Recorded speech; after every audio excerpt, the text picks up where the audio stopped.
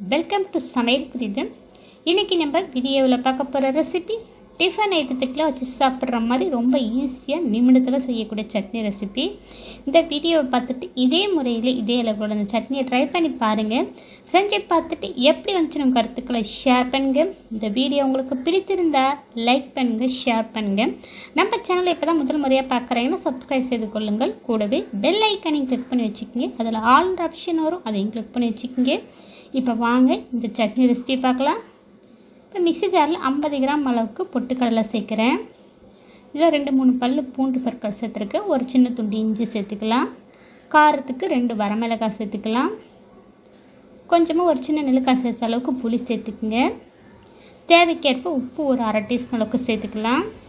இப்போ கொஞ்சமாக தண்ணி விட்டு சட்னி நல்லா நைஸாக எந்த அளவுக்கு அரைக்க முடியுமோ அந்த அளவுக்கு அரைச்சி எடுத்துகிட்டு வரலாங்க. இப்போ சட்னி அரைச்சிட்டு வந்ததுக்கப்புறம் ஒரு பவுலுக்கு மாற்றிருக்கேன். இதில் தண்ணி இன்னும் ஒரு 1/2 டம்ளர் மிக்ஸ் பண்ணிக்கலாங்க. இப்போ சட்னிக்கு தாளிப்பு தாளிச்சிக்கலாம். தாளிப்பு கரண்டில் 1/2 டீஸ்பூன் எண்ணெய், 1/2 டீஸ்பூன் கடுகு உளுத்தம் பருப்பு, 1/4 டீஸ்பூன் சின்ன சீரகம், 2 வரமிளகாய் கிள்ளிட்டு சேர்த்துருக்கேன், 1/4 டீஸ்பூன் பெருங்காயத்தூள், கொஞ்சமாக கருவேப்பிலை வாசனைக்கு. இது எல்லாம் பொரிஞ்சதும் சட்னியோடு சேர்த்து மிக்ஸ் பண்ணியிருக்குங்க. ரொம்ப அட்டகாசமாக இருக்குங்க. இந்த முறையில் நீங்கள் பொட்டுக்கடலை சட்னி ட்ரை பண்ணி பாருங்கள். சுட சுட இட்லியோடு சாப்பிடும்போது அவ்வளோ ருசிங்க. டக்குன்னு பார்த்தீங்கன்னா ஒரு 2-3 நிமிடத்தில் செஞ்சு முடிச்சிடலாம்.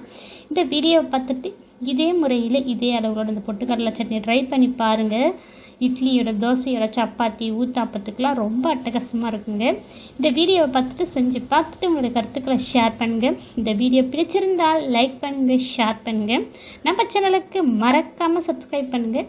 இந்த வீடியோவை முழுமையாக ஸ்கிப் பண்ண பார்த்ததுக்கு நன்றி. வணக்கம்.